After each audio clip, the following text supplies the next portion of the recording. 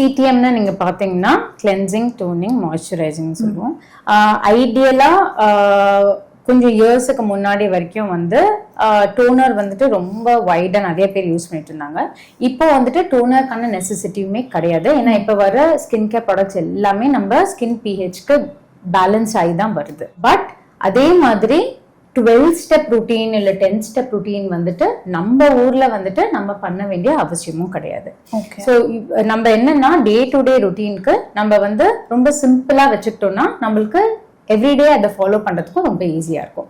Like இப்போ டே கேர்ல வந்துட்டு நம்ம cleansing, moisturising and sunscreen use பண்ணிட்டு நைட் டைம்ல வந்துட்டு இப்பதான் ஃபர்ஸ்டா ஸ்டார்ட் பண்றாங்கன்னா பேசிக்கா ஒரு எக்ஸ்ஃபோலியேட்டிங் ஏஜென்ட் மாதிரி அவங்க ஸ்டார்ட் பண்ணிக்கலாம். Something like glycolic acid. அதை வந்துட்டு வாரத்துல ஒரு நாள் இல்ல 2 நாள் யூஸ் பண்ணிக்கலாம். மற்ற நாள் வந்துட்டு அவங்க ஸ்கின் கன்சர்னுக்கு தகுந்த மாதிரி they can start off with serums. So இந்த மாதிரி நம்ம வந்து ஸ்டார்ட் பண்ணோம்னா நம்மளுக்கு லாங் டர்மா அது ஃபாலோ பண்றதுக்குமே ரொம்ப ஹெல்ப்ஃபுல்லா